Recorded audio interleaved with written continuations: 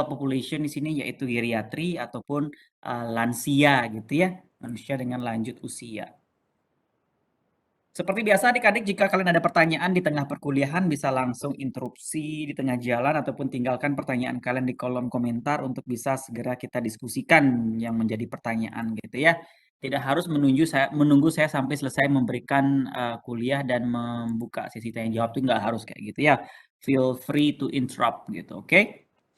So, jadi kita akan mempelajari tentang 4 ini saja ya. Jadi tidak banyak yang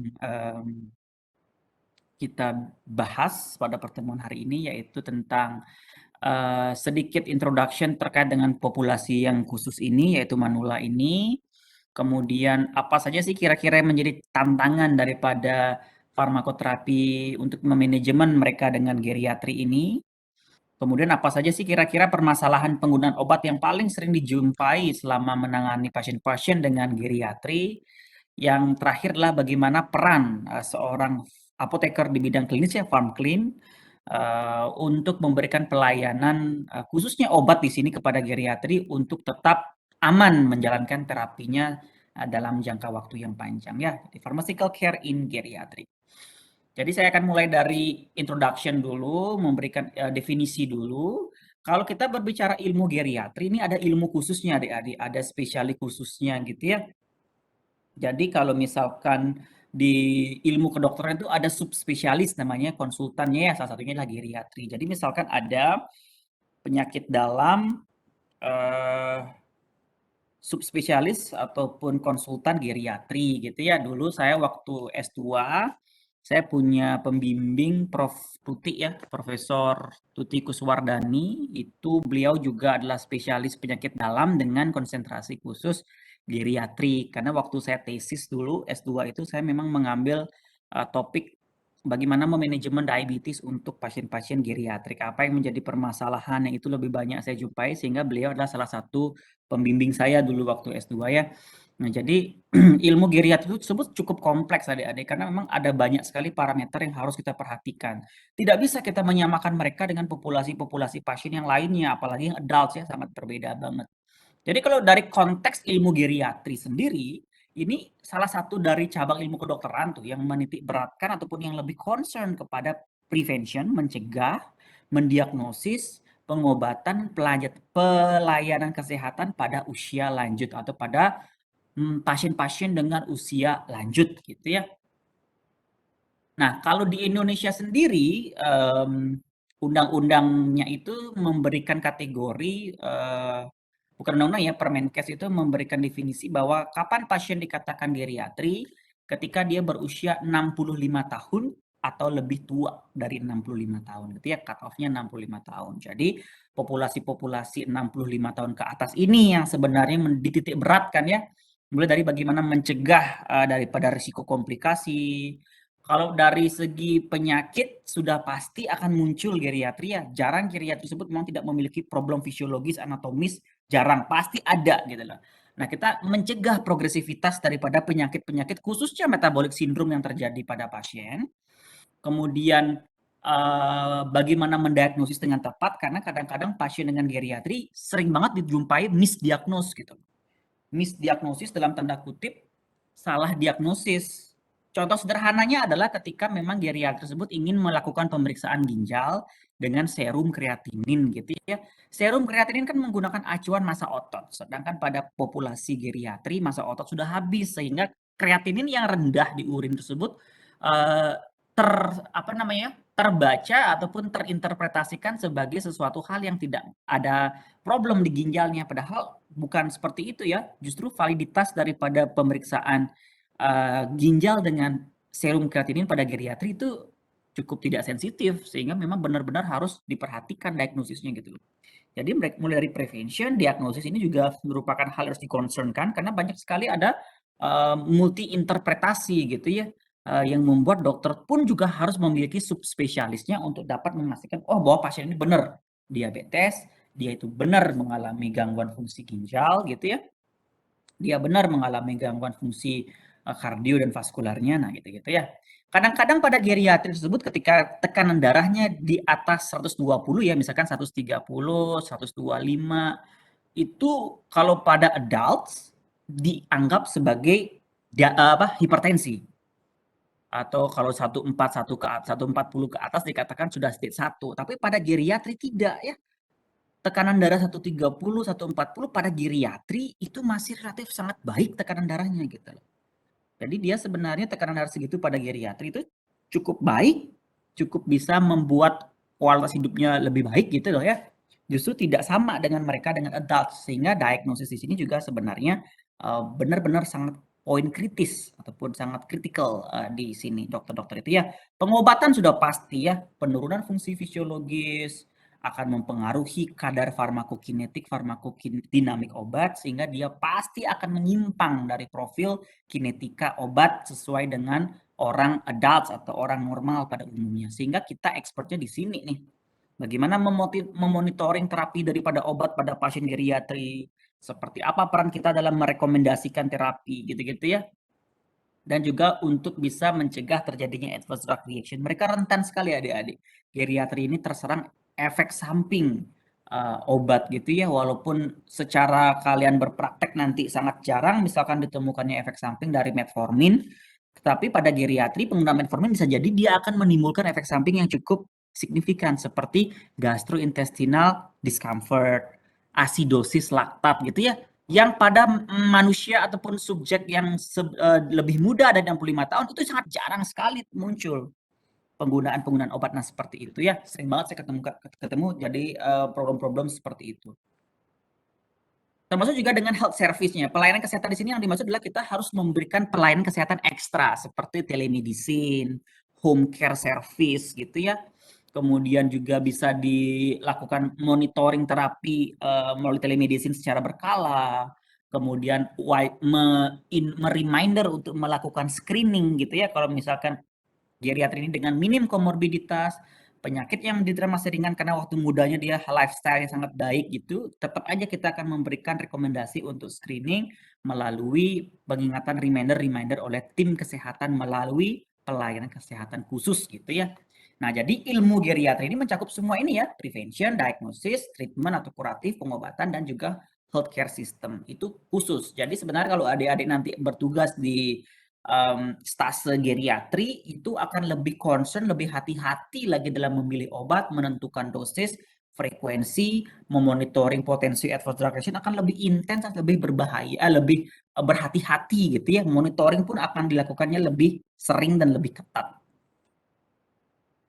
Nah, ini karakteristik tadi ya, karakteristiknya seperti usia 65 tahun, multipatologi ini udah lumrah banget ya, multipatologi artinya sudah karena mengalami gangguan fisiologis, sudah menurun fungsi fisiologisnya, maka akan muncul penyakit-penyakit ya, secara patologis. Tapi multi, banyak, nggak mungkin dia akan dengan satu penyakit saja, pasti sudah dengan komorbid atau penyakit penyertanya. Umumnya seperti itu. Sangat jarang geriatri tersebut tidak multipatologi, jarang banget ya. Polifarmasi sudah jadi karena multipatologi pasti juga akan polifarmasi karena untuk bisa mengatasi problem-problem daripada multipatologi itu. Fungsi faal menurun, fungsi fisiologis jelas akan mengalami penurunan seperti cardiac output tidak akan lagi sekencang waktu dia masih muda. Tahanan perifer tidak akan lagi seelastis seperti waktu muda, dia akan mengeras sehingga dia akan cenderung hipertensi gitu ya. Kemudian massa lemak gitu-gitu ya, akan mengalami penurunan. Sehingga akan sangat berpengaruh terhadap semua profil farmakokinetik akibat turunnya faal. Maka kita akan perlu membahas faktor kinetik apa saja sih yang akan berkontribusi ketika terjadi penurunan faal ini gitu. Ya, kemudian berubahnya gejala dan tanda penyakit dari yang umum ya. Jadi yang tadi saya bilang yang menyimpang dia. Bisa jadi efek samping ataupun bisa jadi output yang dirasakan oleh geriatri ini 2 kali lipat lebih gede ketika menggunakan dosis lazim dibandingkan dengan subjek yang bukan geriatri gitu ya. Atau bisa jadi efek samping yang muncul lebih dominan dibandingkan mereka dengan non geriatri yang tadi seperti sudah saya jelaskan tadi ya. Kemudian yang keenam, gangguan status fungsional sudah pasti ya. Status fungsional ini terkait dengan saraf ya, penuaan saraf cenderung dia akan mengalami tremor. Kemudian nyeri, neuropati kesemutan, rasa kebas, mati rasa di ujung-ujung telapak kaki gitu ya. Kemudian, penglihatan mulai rabun, nah gitu-gitu merupakan penurunan status fungsional ya. Gangguan koordinasi, keseimbangan otak belakang itu kadang-kadang orang tua tersebut nggak bisa begitu baru bangun diajak langsung lari, nggak bisa. Dia bangun pun harus ada jeda gitu loh kalau geriatri itu ya.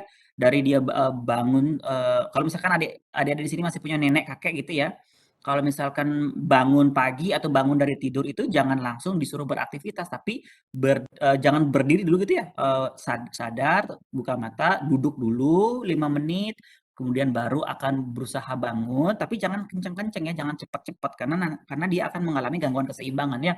Potensi ortostatik hipotensi namanya ya, tekanan darah yang drop tiba-tiba untuk mengkompensasi kebutuhan pergerakan yang tiba-tiba. Nah, itu juga sebenarnya dihindari pada geriatri ya. Termasuk olahraga pun nggak boleh yang kenceng-kenceng adik-adik. Geriatri itu udah nggak lagi jalan lari maraton, misalkan jogging gitu udah enggak ya. Paling mereka tuh hanya jalan santai. Aerobik pun sebenarnya tidak ya. Yoga, pokoknya yang tidak membutuhkan pembakaran energi secara tiba-tiba dengan cepat. Nah, itu sebenarnya tidak direkomendasikan untuk mereka dengan geriatri. Yang terakhir adalah karakteristiknya mereka pasti memiliki gangguan nutrisi, gizi kurang, dan gizi buruk. Hal ini berkaitan dengan faal ya adik-adik ya. Gastrointestinal pun juga sudah mengalami penuaan, penurunan fungsi sehingga absorpsi nutrisi tidak lagi sebaik zaman dulu ya. Fili-fili usus itu juga tidak akan mengalami absorpsi yang sangat baik, nggak lagi gitu ya. Dia akan mengalami penurunan bioavailabilitas, termasuk obat adik-adik ya. Obat pun juga tidak akan mengalami difusi pasif ataupun mengalami transport dengan protein terfasilitasi seperti yang non geriatri nggak bisa lagi ya. Cenderung mereka akan malnutrisi, semakin kurus, masa otot akan semakin berkurang karena memang fungsi fisiologi secara alami memang seperti itu ya.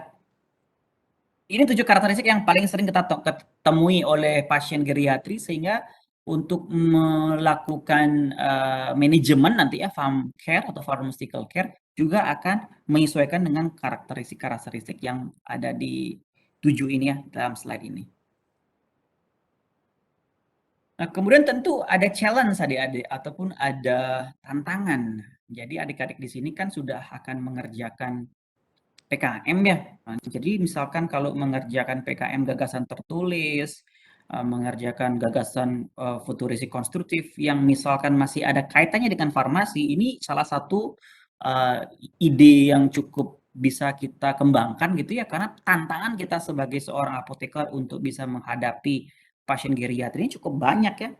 Pertama, new drug available each year. Jadi memang setiap tahun akan ada obat baru terus, di mana obat baru ini perlu dilakukannya evaluasi sampai level pemeriksaan, bukan pemeriksaan ya, evaluasi keamanan ya, efektivitas dan efikasi obat itu pada geriatri gitu loh. Berkembangnya obat itu kan obat yang diproduksi oleh industri tersebut akan menggunakan populasi general gitu adik-adik ya. Jadi mereka akan riset menggunakan sampel manusia dengan populasi rata-rata dunia. Sedangkan di dunia ini rata-rata penduduk kita berada pada adults, dewasa ya. Jadi geriatrik tersebut 25%-nya saja ya, pediatrik 25%-nya, kemudian 50%-nya dan lebih bahkan ya 60%-nya itu adalah dewasa adik-adik. Sehingga mereka mengembangkan obat menggunakan parameter dewasa gitu loh. Sehingga pediatrik dan geriatrik tersebut juga harus dilakukannya pemeriksaan ataupun evaluasi lebih lanjut melalui pharmacovigilance namanya ya, post market atau post production daripada obat tersebut untuk menilai keamanan. Sehingga nanti akan ada yang namanya Beers kriteria. Amerika cepat banget untuk mengantisipasi problem-problem seperti ini ya. New drug available each year itu Amerika Food Drug Association itu sudah mengeluarkan yang namanya Beers kriteria ya. Kriteria Beers di mana sudah akan dievaluasi kira-kira obat-obat yang beredar di pasaran yang baru-baru ini mana yang harus diwaspadai pada geriatrik, mana yang harus di-avoid, mana yang boleh digunakan dengan pengawasan, mana yang benar-benar green zone ataupun aman.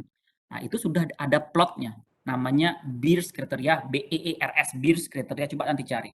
Nah, di situ dia bisa memetakan kira-kira obat-obat mana yang lebih baik untuk geriatri populasi yang di Amerika gitu ya. Kita di Indonesia nggak punya yang namanya Beers kriteria ini. Kita di Indonesia mengadopsi bis kriteria yang punyanya American gitu. Padahal kalau kita telusuri dari segi genetik ya American kan Caucasian ya, rasnya mereka tuh ras kulit putih, pirang gitu ya. Kalau misalkan di Indonesia, Asian ras ini belum tentu akan menyerupai itu, sehingga sebenarnya kita perlu untuk memetakan ini ya. Kalau misalkan memetakan dengan serius dari melalui riset ya cukup berat mahasiswa mengerjakan ya. Tapi kalau dalam bentuk gagasan tertulis seperti apa langkah-langkah mewujudkan, saya rasa ini merupakan salah satu ide yang cukup baik untuk bisa dikembangkan lagi ya, berkontribusi di bidang keilmuan kalian. Bagaimana memetakan obat-obat yang berbahaya, kemudian yang boleh dengan pengawasan ketat dan benar-benar yang boleh untuk pasien-pasien dengan geriatri ya. Ambil aja penyakit-penyakit kronis yang top 10 itu ya, cardiovascular disease, infection disease, rheumatoid, diabetes, yang gitu-gitu ya, stroke, yang gitu-gitu aja diambil nanti untuk dipetakan kira-kira mana level safety-nya. Yang kedua adalah FDA approved and off-label indication are expanding. Off-label use of drug itu expand. Dalam tanda kutip, kalau di Amerika, Balai POM-nya Amerika ya FDA ini ya, setiap semester itu sudah mulai mengembangkan lagi kira-kira mana obat-obat yang bisa di-approve off-label use-nya. Kira-kira ada di sini sudah pernah dengar belum istilah off-label drug atau off-label use of drug di sini kira-kira? Ada yang mau berpendapat nggak?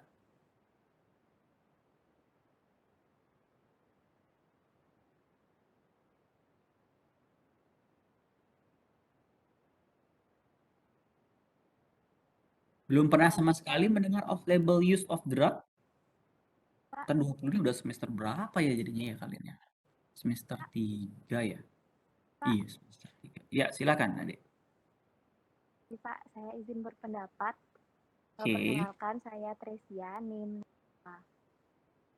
Kalau Ya, yang silakan. saya dapat baca kayaknya Pak, off-label itu dia. Suaranya kecil banget, Tris ya. Oh ya, Bisa. udah Ah, sebentar Pak. Oke, udah, yuk. maaf Pak nggak pakai headset soalnya lagi ngecas. Oh ya, Oke, silakan. off-label itu kalau setahu saya itu obat yang indikasinya itu digunakan selain indikasi yang tertera pada label. Seperti itu Hmm, Pak. ya, Itu betul. aja. Ya, terima kasih Ya, Pak. itu ya. Betul ya, off-label use of drug itu artinya adalah obat ini digunakan di luar indikasi utamanya gitu loh. Contoh, misoprostol adik-adik. Misoprostol ada adik-adik mungkin yang pernah tahu ya misoprostol atau nama dagangnya, generik bermereknya itu Sitotek. Gitu. Ada yang pernah dengar nggak obat apa itu?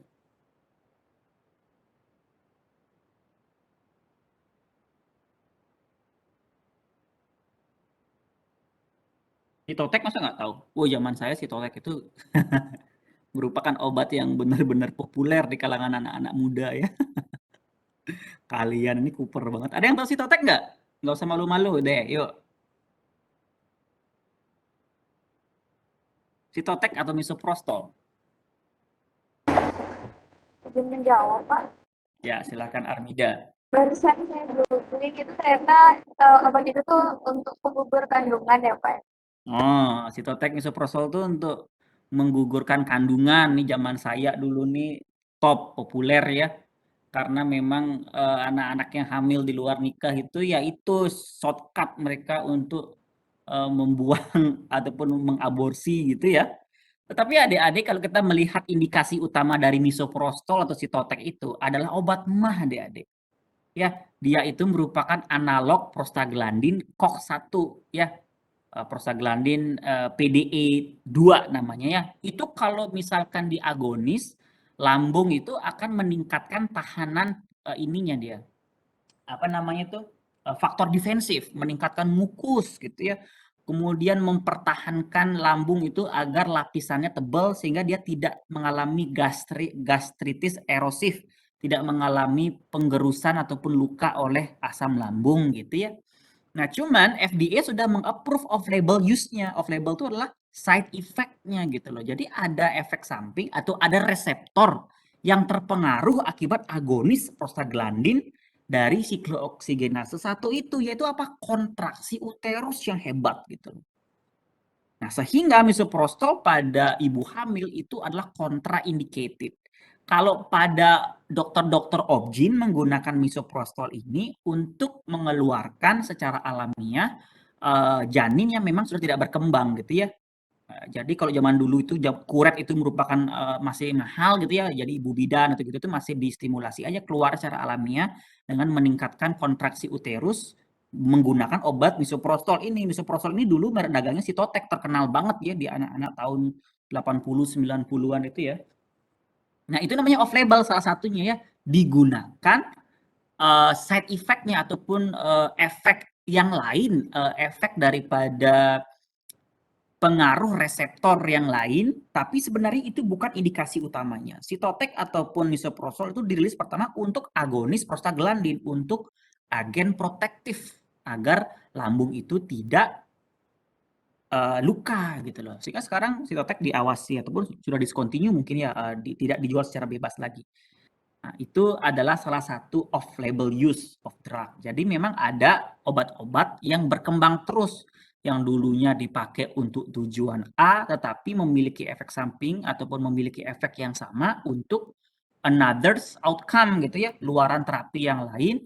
Nah, sehingga itu kalau disetujui FDA berarti aman ya. Jadi off label use of drug itu berarti menggunakan obat itu untuk kepentingan lain itu relatif aman.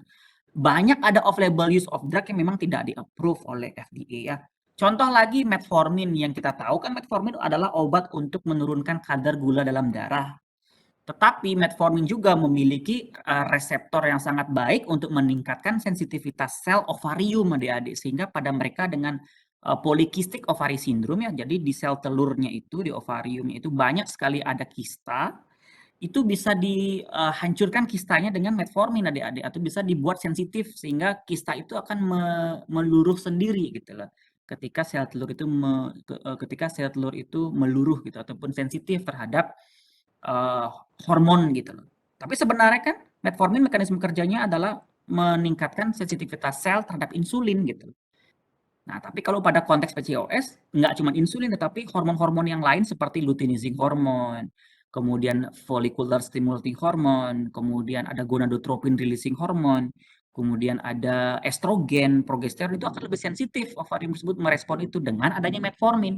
Berarti ini sudah berkembang metformin sebenarnya nggak cuma untuk glukosa darah saja, tapi cuma baik juga untuk mereka dengan polycystic ovary syndrome, off label dikatakan ya. Jadi karena metformin pertama kali diteliti ditemukan sebagai obat gula, ya, tapi semakin ke sini kita bisa tahu bahwa dia juga bisa bermanfaat untuk meningkatkan sensitivitas sel ovarium terhadap hormon-hormon reproduksi. Nah, itu dikatakan off label dia gitu loh ya, digunakan another respon ataupun biological respon dari obat-obat tersebut.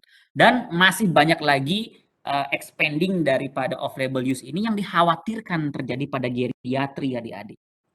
Ya, jadi benar-benar harus di-concern-kan. Misal penggunaan obat anti nyeri neuropati, menggunakan misalkan amitriptilin. Amitriptilin bisa untuk menghilangkan nyeri, tetapi bisa jadi dia memiliki off-label use another respon gitu loh yang mengakibatkan terjadinya delirium, kepikunan, atau orthostatic hipotensi yang benar-benar kita harus waspadai ya. Off-label ini benar-benar harus diwaspadai, harus dicek, harus dimonitoring gitu. Sehingga tantangannya luar biasa sekali untuk bisa menghadapi geriatri ini ya. Ngeri-ngeri sedap ya. Salah dikit pasiennya lewat gitu loh. Kalau kita tidak terlalu teliti, terlalu takut juga nggak berani mengambil sikap, maka pasien ini akan digrogoti ataupun akan mengalami komorbiditi yang lebih parah lagi. Penyakitnya nggak akan terresolve dengan baik gitu. Sehingga benar-benar harus mengadopsi konsep kita harus berani dan juga harus monitoring ketat gitu loh. Ya, awalnya saya memiliki mental itu adik-adik ya. Pertama cukup ngeri, ngasih ini nggak berani, ngasih gitu nggak berani. Aduh nanti gini dok, aduh takut gini dok, nanti monitoringnya gini, ntar dia gini gimana. Kalau kayak gitu tiba-tiba pasiennya nanti akan terkena penyakit another's problem. Dia kan kalau nggak diterapi dia akan mengalami progresivitas penyakit metabolik sekunder itu gitu loh. Metabolic syndrome itu gitu ya. Tapi kalau kita terlalu berani juga, salah-salah dikit bisa lewat dia gitu loh. Nah ini tantangannya ya daripada memilihkan terapi obat, memonitoring mereka dengan geriatri ini ya.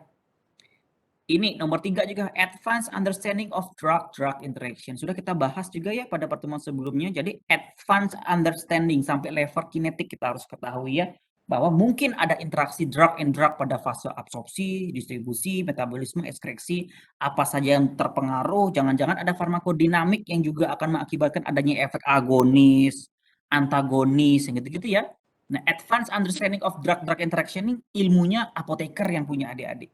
Ya, dokter tidak terlalu menekuni sehingga sebenarnya dokter harus menggandeng apoteker untuk monitoring terapi obat karena apoteker lah jagonya untuk mendeteksi lebih awal potensi interaksi obat yang terjadi, mencegah medication error, mencegah terjadinya bad side effect daripada kondisi interaksi obat ini dan another problem gitu ya.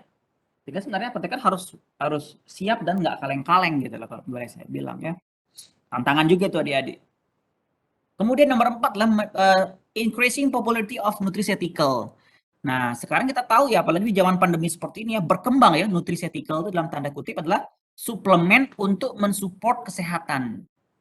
Vitamin-vitaminan misalkan ya mulai eksis vitamin D3, mulai eksis vitamin B kompleks, mulai eksis lagi yang namanya ekstrak dari cinnamon, ekstrak dari daun ini, daun itu, klorofil, macam-macam. Nah, di mana kita tahu bahwa penggunaan nutraceutical ini juga akan berpotensi berinteraksi dengan obat-obat medisnya gitu. Ya, terlalu mengandalkan alternatif medicine dalam tanda kutip misalkan apalagi kalau di Bali ya lebih masyarakat Bali ada tendensi atau ada kecenderungan lebih percaya kepada Balian dibandingkan dengan tenaga medis ya karena mereka berpikir acang gelem karena ada yang ngeleyakin nih gitu-gitu tuh loh. Nah, pada kondisi seperti ini apoteker harus menjembatani ya antara belief keyakinan dia dengan kondisi realita penyakit dia gitu loh ya. Karena memang udah tua pengalaman penurunan fungsi fisiologis, hipertensi, diabetes, cardiovascular disease problem itu merupakan hal yang memang lumrah muncul, tetapi memang mereka curiga ya, ini ada dinyakitin, ada yang ini, gitu-gitu ya. Jadi mereka lebih ke Balian, dapat nanti ramuan herbal, yang gitu-gitu juga harus dimonitoring, ada dia melalui rekonsiliasi. Ngecek ada nggak sih nutrisetikal yang dia sedang pakai di rumah, kira-kira berinteraksi atau tidak, kira-kira bisa menimbulkan kegagalan terapi enggak, itu juga akan menjadi concern kita pada mereka dengan geriatri ini. Oke, nomor 5, multiple comorbid states. Sudah jelas ya. Comorbidity adalah penyakit penyerta. Awalnya hipertensi tetapi dia langsung merembet ya. Adanya hadir jantung cardiovascular disease jantung koroner tiba-tiba. Post stroke sebelumnya atau ginjal atau problem liver dia punya gitu-gitu ya. Dengan rheumatoid arthritis, dengan osteoarthritis dan macam-macam. Atau dengan infeksi gitu-gitu ya. Jadi tidak bisa concern hanya pada satu masalah yang dialami oleh pasien itu sendiri, tapi harus ditangani secara komprehensif, melihat dari berbagai sektor, sehingga kondisi multiple comorbidity ini akan menimbulkan masalah baru lagi, yaitu polifarmasi. Polifarmasi ini juga akan bisa meningkatkan drug interaction problem, adverse drug reaction possibility gitu ya. Jadi kemana-mana adik-adik sebenarnya ketika kita berbicara geriatri itu ya, tantangan-tantangannya ya. Medication compliance. Compliance itu sudah kita bahas juga kemarin ya. Kepatuhan minum obat. Mereka dengan geriatri cenderung demensia, suka lupa, pikun, tanpa didukung oleh support system ataupun social history of family-nya dia itu nggak didukung, maka dia akan lupa minum obat, kapan dia minum obat, berapa jumlahnya, dia nggak akan terlalu ngeh adik-adik. Ya, obat yang warna putih, yang kapsul warna merah gitu tuh dia nggak akan ingat kalau memang tidak ada support system. Apalagi mereka tuh udah geriatri. Ini juga salah satu tantangan kita untuk bisa mengatasi problem-problem itu. Misalkan membuatkan aplikasi medication reminder yang akan diinstalkan di handphone pasiennya atau di handphone keluarga pasiennya. Telemedicine salah satunya adalah salah satu cara untuk bisa mengingatkan, mereminding agar compliance daripada pasien ini meningkat, khususnya dalam penggunaan obat gitu ya. Medication cost, zaman dulu kalau tidak ada BPJS, ini semua karena kondisi polifarmasi, multiple comorbidities, dalam tanda kutip dokter tersebut juga mengkonsulkan ataupun bekerja sebagai tim ya. Misalkan dokter penyakit dalam merefer ataupun merujuk ke dokter spesialis jantung. Karena ada ginjal juga, jantung juga merefer ke hemodialisis. Karena juga ada infeksi pneumonia misalkan, maka di-refer ke dokter paru. Pada kondisi seperti ini, jasa-jasa dokter yang di-refer itu cukup akan tinggi sekali gitu ya. anggap dia penyakit dalam 250, refer ke eh, jantung pembuluh darah kena lagi 300.000, refer lagi ke hemodialisis kena 500 kali, refer ke paru kena lagi 200.000. Nah itu kan benar-benar mengakibatkan cost yang tinggi. Belum lagi di setiap dokter tersebut ada obatnya khusus ya, obat untuk infeksinya, obat untuk stroke-nya, obat untuk gagal ginjalnya, itu medication cost juga akan meningkat zaman dulu. Tapi sekarang medication cost ini juga sudah mulai bisa menurun akibat adanya jaminan kesehatan nasional ya. Selama penyakit itu di cover dalam clinical pathway, maka pasien tidak akan dipungut biaya sepeser pun ya. Selama pasien itu rutin bayar iuran BPJS. Sehingga menurut saya BPJS itu penting ya untuk bisa meminimalisir kondisi medication cost di kemudian hari, atau ikut asuransi kesehatan ya. Bagi saya BPJS itu sudah cukup baik adik-adik, sehingga kalian tersebut wajib ikutlah ya BPJS kesehatan. Di samping juga sebagai warga negara yang baik, kalian pun akan dijamin nanti ketika mengalami problem kesehatan, maka tidak perlu pusing-pusing lagi mikirin biayanya ya. Bayar aja iurannya tuh juga nggak seberapa kan iuran BPJS tersebut dibandingkan nanti manfaat yang akan kalian dapatkan di masa yang akan datang gitu. Ya, jadi nomor 8 ini sudah mulai terpecahkan sebenarnya dengan adanya jaminan kesehatan nasional ini ya berupa BPJS kesehatan.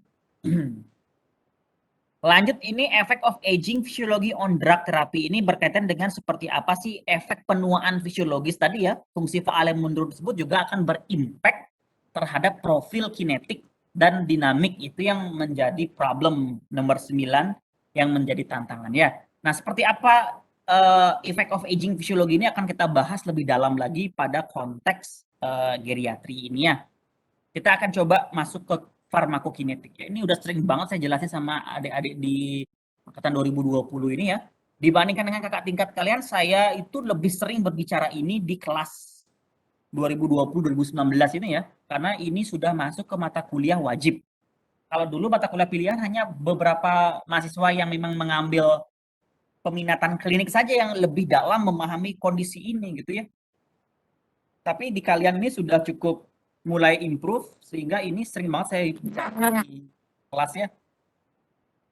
Jadi adik-adik, ketika terjadinya penurunan fungsi fisiologis atau ketika terjadinya penurunan faal gitu ya pada geriatri, penuaan. Kenapa bisa turun faalnya Pak? Ya tua, karena memang tua, organnya sudah mengalami penuaan. Sel-selnya sudah mengalami penuaan, sehingga dia akan mengalami penurunan fungsi ya, metabolismenya melambat, kemudian tidak bisa lagi terlalu cepat dalam memetabolisme, menghasilkan energi, itu masih slow dia mengalami penurunan.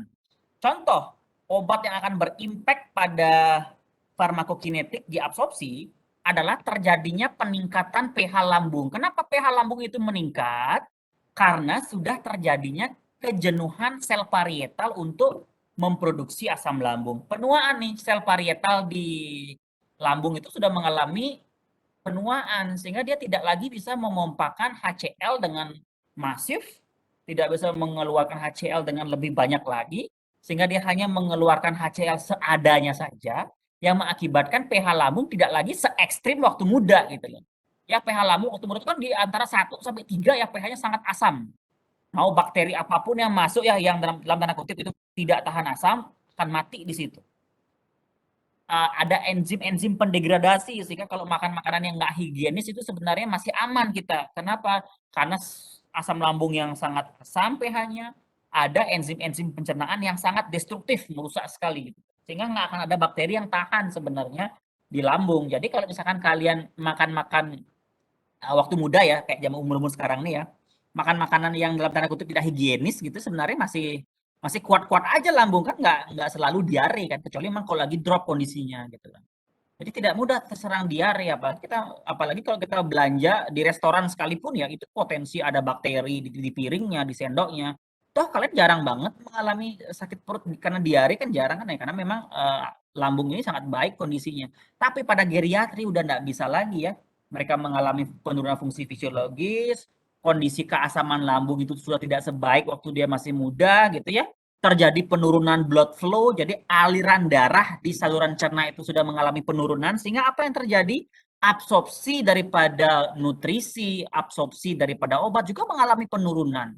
Ya, active and passive transport impaired ini adalah kondisi yang tadi saya bilang ya, Difusi pasif, difusi terfasilitasi, absorpsi dengan menggunakan protein terfasilitasi yang gitu-gitu akan mengalami impairment, mengalami penurunan gitu ya, sehingga mereka akan sulit masuk ke sirkulasi sistemik gitu loh, ataupun mereka akan mengalami lebih lambat ya, laju absorpsinya akan mengalami penurunan, Ka-nya drop adik-adik pada geriatri itu.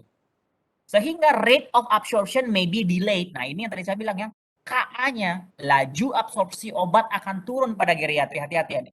Sehingga ketika memang dibutuhkan onset kerja obat yang cepat pada geriatri, bukan oral lagi pilihannya, tetapi intravena kalau bisa gitu loh.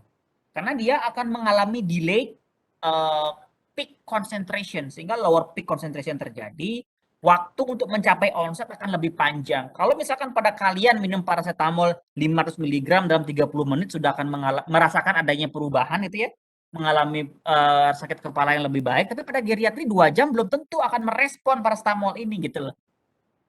Ya, sehingga overall parameter kinetik yang terpengaruh adalah Ka dan bioavailabilitas. F fraksi terabsorpsi itu akan mengalami perubahan, di mana akan terjadi penurunan bioavailabilitas dan penurunan Ka yang menyebabkan delayed onset. Jadi onset ataupun respon farmakologi akan lebih lambat tercapai. Gitu. Nah, gitu dulu adik-adik, kira-kira ada pertanyaan atau enggak? Mohon maaf Pak, izin bertanya. Ya, silakan. Lebih tepatnya saya ingin memastikan Pak, tadi kan Bapak sempat mengatakan bahwa apabila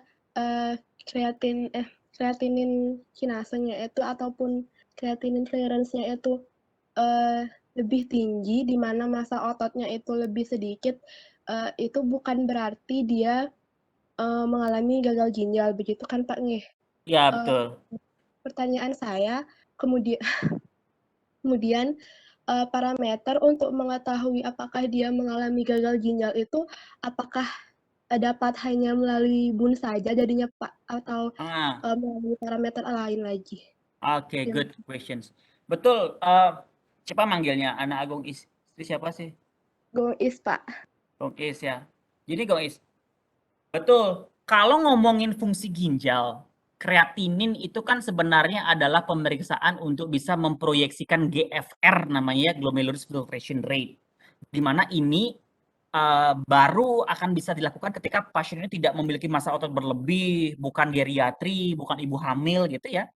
Nah, sehingga kalau ngomongin konteks geriatri seperti yang sudah disebutkan tadi, kreatininnya akan low terus adik-adik, akan rendah terus geriatri itu, sehingga seolah-olah dia nggak ada problem ginjal gitu loh. Sehingga apa yang akan digunakan untuk mensupport parameter-parameter yang lain. Contoh apa? Betul, blood urea nitrogen. Satu sebagai alternatif untuk melakukan kompensasi ataupun melakukan bukan kreatinin kinase ya, serum kreatinin. CKMB itu nanti kreatinin kinase itu untuk jantung itu beda lagi ya. Namanya serum kreatinin. Serum kreatinin itu adalah produk metabolisme otot yang memang akan dikeluarkan ke ginjal saja, tidak akan dikeluarkan melalui organ lain, sehingga dia sangat sensitif sekali untuk bisa menggambarkan GFR. Tapi pada geriatri, massa otot relatif sudah berkurang. Sehingga mau dipecah ototnya, otot apa yang dipecah udah nggak ada masanya, sehingga kreatininnya akan cenderung low terus, rendah terus kreatininnya. Walaupun GFR-nya mengalami penurunan, tapi karena kreatininnya nggak ada, seolah-olah dia tidak gagal ginjal gitu loh. Nah, sehingga BUN bisa dipakai parameter lanjutan. Kadar amonia ya, NH3 bisa dipakai gambaran ya. Amonia, urea, kemudian nitrogen tadi sudah, nah, kemudian urin output. Jadi ada semacam isotop karbon yang diberikan secara oral kepada pasien, itu nanti dikumpulkan yang namanya urin output 24 jam. Itu untuk pasien yang rawat inap ya, bisa dilakukan pemeriksaan itu untuk penunjang. Kemudian berikutnya pemeriksaan anatomi ginjal, atau histopatologi untuk melihat apakah ada injury pada nefron, itu bisa dilakukan oleh dokter ya, dokter patologi anatomi ya, ngecek histopatologi ginjal. Karena memang ketika kita pelajari lebih dalam lagi, histopat atau histopatologi ginjal tersebut sebelum melihat atau memberikan gambaran 50%-nya rusak, itu nggak akan ada gejala memang pasien ini gitu. Ya, sehingga histopatologi juga merupakan parameter untuk bisa mendeteksi kerusakan daripada ginjal. Selanjutnya adalah sign and symptom yang dirasakan oleh pasien gitu ya. Ketika memang pasien ini gagal ginjal dengan kreatinin rendah, menunjukkan sign and symptom berupa uremia syndrome gitu ya. Jadi adanya albumin di urinnya, mengalami gatal, kehitaman di bagian-bagian kulit permukaannya dan gatal banget gitu ya. Kemudian mudah mengalami infeksi saluran kemih, urin outputnya turun. Nah, itu juga salah satu pemeriksaan penunjang yang bisa kita lakukan. Ya, tapi memang tidak bisa cepat gitu aja sih. Memang harus dilakukannya proses pemeriksaan lebih lanjut untuk bisa menegakkan diagnosis. Sehingga seperti definisi ilmu geriatri tadi, diagnosis juga merupakan salah satu parameter kritis yang dilakukan agar tidak terjadi bias. Mungkin kalau pada orang yang bukan elderly ataupun bukan geriatri ya, itu dengan pemeriksaan serum kreatinin dia sudah bisa memberikan gambaran seperti apa ginjalnya bekerja gitu loh. Tapi kalau pada geriatri harus multiple assessment, multiple check, laboratory checks, radiologi checks gitu-gitu ya, untuk bisa menegakkan diagnosis apakah dia gagal ginjal atau tidak. Tapi kalau dokter-dokter sudah berpengalaman ya, dia akan menarik hubungan empiricalnya adik-adik umumnya dengan hipertensi, gula, gitu-gitu ya. Dokternya akan cepat menulis diferensial diagnosis walaupun pemeriksaan lanjutan akan dilakukan ya.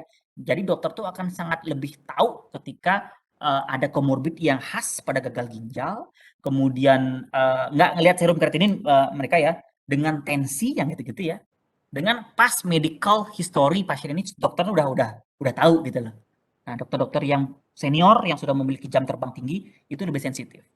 Tetapi setahu saya ya dokter pun juga untuk membuat diagnosis yang tegak itu memang harus dilakukannya pemeriksaan secara komprehensif sih terkait dengan ginjal khususnya pada geriatri sehingga mereka benar-benar membutuhkan asesmen lebih lanjut.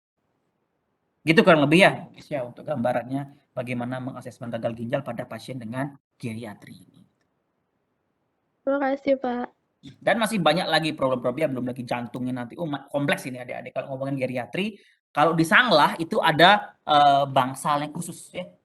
Jadi ada bangsal khusus geriatri ya, namanya Gandasturi.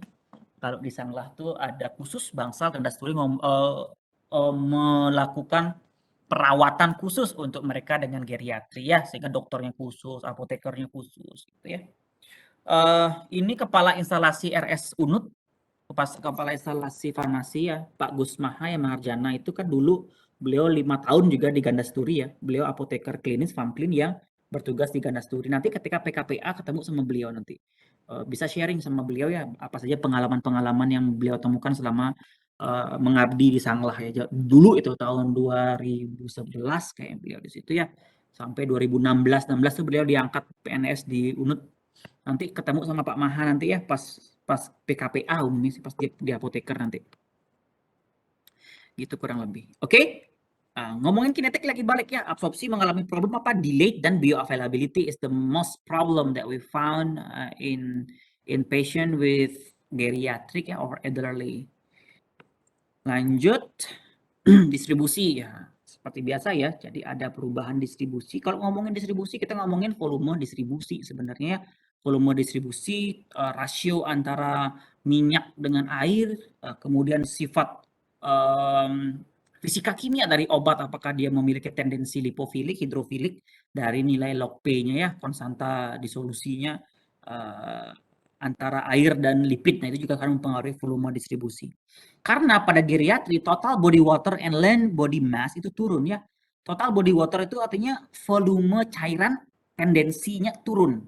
Land body mass artinya massa otot turun, sehingga volume distribusi turun. Kalau berbicara volume distribusi, kita kan ngomongin wajan besar ya, pada geriatri itu turun volume itu gitu. Kemudian massa otot juga turun sehingga efek deposisinya juga tidak akan terjadi, sehingga obat tersebut akan cenderung banyak ada di sirkulasi sistemik gitu. Sehingga dosis harus diturunkan pada mereka dengan geriatrik ini sebenarnya. Total fat ini turun sebenarnya tidak meningkat ya, tetapi karena rasio mass dan body water itu turun, terlihat massa otot itu meningkat gitu.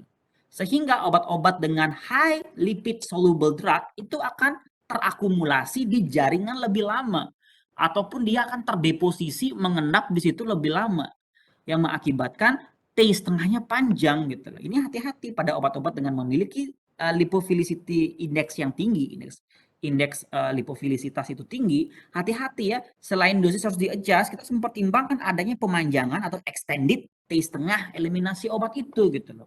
Sehingga obat itu cenderung akan memberikan respon yang lebih panjang. Problemnya adalah ketika pemberian kedua gitu. Pemberian kedua tuh harus benar-benar diperhatikan karena ketika dosis kedua ataupun dosis berikutnya itu akan mencegah terjadinya peningkatan profil kinetik yang ada di plasma. Itu sih sebenarnya menjadi problem. Ya, massa otot turun, massa air turun, sehingga memiliki tendensi meningkatkan massa fat, karena fat itu hanya bisa dihilangkan dengan burn. Kalau otot gampang dipecah ya, kalau fat itu harus benar-benar dengan aktivitas. Makanya kalau kalian sudah terlalu tua nanti, tidak mungkin akan bisa memburn fat dengan mudah ya, karena kalau kalian beraktivitas dengan berat, ngap-ngap ya, paru-paru sudah mulai mengalami penurunan fungsi, jantung berkalah gitu loh, sehingga fat itu akan tetap terakumulasi. Sehingga di saat muda ini tolong kurangi proporsi fat, sehingga pas kalian menjadi geriatri ke depannya, nanti itu akan kalian lebih sedikit comorbidity atau bahkan tidak akan terjadi penyakit yang tidak terlalu mengganggu kualitas hidup gitu ya. Bukan berarti bebas dari penyakit, nggak mungkin ya. Nggak mungkin geriatri itu nggak ada penyakitnya, pasti ada, cuman minim dan tidak akan mempengaruhi kualitas hidup, kan itu yang menjadi sasarannya ya. Nah, kemudian harus diperhatikan ya adik, kadang berbicara distribusi, di sini ada albumin yang beredar di seluruh tubuh untuk mempertahankan tekanan onkontik pembuluh darah dan juga tempat daripada obat itu bergandengan gitu ya. Serum albumin turun kenapa? Fungsi liver sudah mengalami penurunan sehingga produksi albumin nggak bisa lagi sebanyak dulu. Sehingga kita harus mempertimbangkan obat-obat yang terikat dengan protein yang tinggi harus mengalami adjust dosis, memiliki adjust itu artinya menurunkan ya. Adjust itu merubah, tapi dalam konteks penurunan serum albumin ini kita akan turunkan dosis itu, khususnya untuk obat-obat dengan ikatan protein yang tinggi di dalam darah seperti phenytoin, warfarin, ceftriaxone, antibiotik ya, furosemide ini diuretik, angiotensin reseptor blocker, nifedipine, propanol, NSAID, beta 2 agonis dan lain sebagainya yang memiliki highly protein bound. We should be considered to lower the dose or the intake of the dose, harus di consider untuk diturunkan gitu ya, berimpact terhadap distribusi. Kemudian ADME, absorpsi sudah, distribusi sudah, metabolisme sekarang. Metabolisme yang sudah jelas ya, volume metabolisme ini cenderung akan mengalami penurunan metabolisme. Metabolisme juga sudah kita bahas ya pada pertemuan sebelumnya bahwa ada fase 1, ada fase 2. Fase 1 itu yang mendestruktif, merusak ya, dengan cara oksidasi, hidrolisis, reduksi, memecah ikatan karbon yang ada untuk selanjutnya disubstitusi di fase 2. Nah, aktivitas ini menurun adik-adik sehingga liver akan lebih slow untuk memetabolisme, slow metabolism yang akan berimpact terhadap pemanjangan waktu paru eliminasi, penurunan clearance gitu ya, sehingga kita harus benar-benar memperhitungkan kondisi ini. Penurunan liver blood flow, penurunan massa otot ya, liver mass, massa otot turun, kemudian akan berimpact terhadap penurunan extraction ratio ataupun metabolisme ya, rasio obat yang di metabolisme dan rasio obat yang rasio itu kan antara obat yang di metabolisme dengan yang tidak di metabolisme gitu ya. Jadi rasio itu mengalami penurunan di mana obat yang tidak di metabolisme itu lebih banyak dibandingkan dengan yang di metabolisme. Terjadi penurunan itu sehingga akan mempengaruhi total clearance ya. Clearance akan turun pasti. Kemudian juga akan mempengaruhi first pass hepatic metabolism. Sehingga bioavailability kemungkinannya meningkat ya. Tetapi kenapa agak kontraindikasi dengan absorpsi? Jadi gini ceritanya. Kalau di absorpsi ngomongin gastrointestinal dia. Gastrointestinal itu kan akan mengalami penurunan sehingga absorpsi turun ya, Ka-nya turun, bioavailability turun. Tetapi liver juga seharusnya berperan untuk first fast hepatic metabolism. Jadi ada yang namanya metabolisme lintas utama yang sudah diperhitungkan juga oleh apoteker yang di industri ya, sehingga ketika obat ini diserap dia akan dihancurkan lebih dulu di liver sebagai metabolisme lintas utama. Nah, ini ketika tidak ada metabolisme lintas utama bisa jadi lolos saja dia gitu ya. Tapi dikatakan may increase. Cuman pengalaman kami ketika first fast hepatic metabolism ini sudah menurun, tidak akan berdampak signifikan karena memang pada geriatri di gastrointestinal pun sudah mengalami penurunan absorpsi sehingga sebenarnya aman-aman saja ya. First fast hepatic metabolism ini. Terakhir ekskresi sudah pasti ya, age related change in renal function ya. Jadi usia yang tua itu benar-benar related banget dengan perubahan fungsi ginjal. Sehingga potensi adverse drug reaction meningkat. Meningkatnya waktu paruh eliminasi karena clearance turunnya kemampuan nefron untuk menyaring, untuk mereuptake lagi itu akan mengalami penurunan ya. Kenapa? Blood flow turun. Kemudian karbon dioksida excretion juga turun. Gitu ya, yang mengakibatkan ekskresi mengalami penurunan. Ini yang menggambarkan fungsi fisiologi menurun yang akan berdampak ataupun berefek kepada profil ADME daripada pasien itu sendiri. Nah, ini tadi saya bilang ya, determining creatinine sudah tidak akan lagi akurat gitu. Seperti contoh pada Ederle, mana Ederle ya? Nah, pada Ederle tadi ya karena lean body mass-nya turun, glomerular filtration rate-nya turun, sehingga pada kondisi seperti ini kreatinin tersebut cenderung akan lebih kecil, rendah terus pada geriatri yang tidak bisa menandakan sebagai parameter single untuk menegakkan diagnosis apakah dia mengalami penurunan fungsi ginjal ataupun tidak.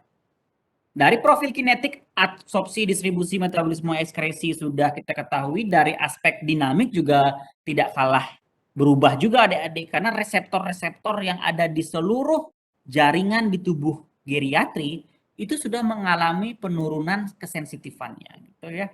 Jadi sensitivitas sel tersebut merespon adanya obat itu sudah mulai turun ya. Reseptor sensitivity drop. Termasuk insulin drop juga ya sensitivitasnya sehingga diabetes tipe 2 sering banget menyerang geriatri. Elderly mengalami gangguan metabolisme glukosa itu sudah hal yang wajar karena reseptor sensitivitinya turun. Begitu juga dengan obat ya. Jadi obat tersebut menduduki reseptor ini belum tentu dia akan merespon sel ini gitu. Sehingga ini benar-benar dilematis.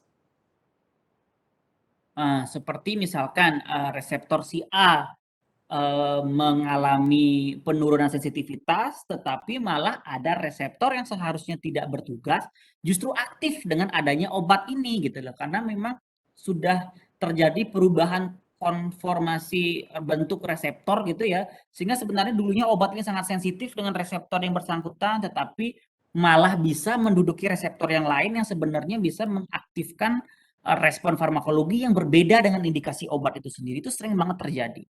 Khususnya untuk obat-obat ini, antikolinergik ini ya, antispasmodik, anti Parkinson, antihistamin, ini akan jauh lebih membuat pasien itu mengalami mental dizziness dan confusion, seperti kayak kebingungan, kayak linglung gitu ya. Terus lambat laun akan menjadi delirium, akan menjadi ketidak sadaran ya. Jadi kayak pengen tidur aja terus gitu loh, capek terus gitu. Nah, ini akibat obat-obat antikolinergik ini ada reseptor-reseptor di sistem saraf pusat yang ikut merespon dengan hadirnya obat antikolinergik itu gitu. Sehingga adanya another effect yang muncul akibat perubahan konformasi reseptor ya. Walaupun dikatakan sensitivitas reseptor ini turun, tetapi obat ini bisa menduduki banyak reseptor yang lain yang akan mempengaruhi outcome farmakologi yang lain gitu ya. Nah, ini tantangan juga bagi seorang apoteker untuk bisa memonitoring kondisi farmakodinamik ini gitu. Nah, ini farmakokinetik farmakodinamik summary-nya sudah bisa tahu ya, ADME akan terimpact karena penurunan fisiologis, kita harus cenderung menurunkan dosis dan memperpanjang interval pemberian gitu ya. Nah, kemudian juga kita harus memperhatikan obat-obat yang mempengaruhi sistem saraf pusat ya, antikolinergik, kemudian obat-obat TCA ya, trisiklik, antidepresan, benzodiazepin, itu hati-hati banget karena efeknya akan sangat keras, kuat sekali ya akibat adanya respon daripada sistem saraf pusat terhadap obat itu gitu. Yang sebenarnya tidak ditujukan kepada otak juga, tapi responnya benar-benar sangat tinggi sekali ya. Antihistamin generasi 1 pun ya seperti CTM pun bisa juga menyebabkan ngantuk yang luar biasa pada pasiennya.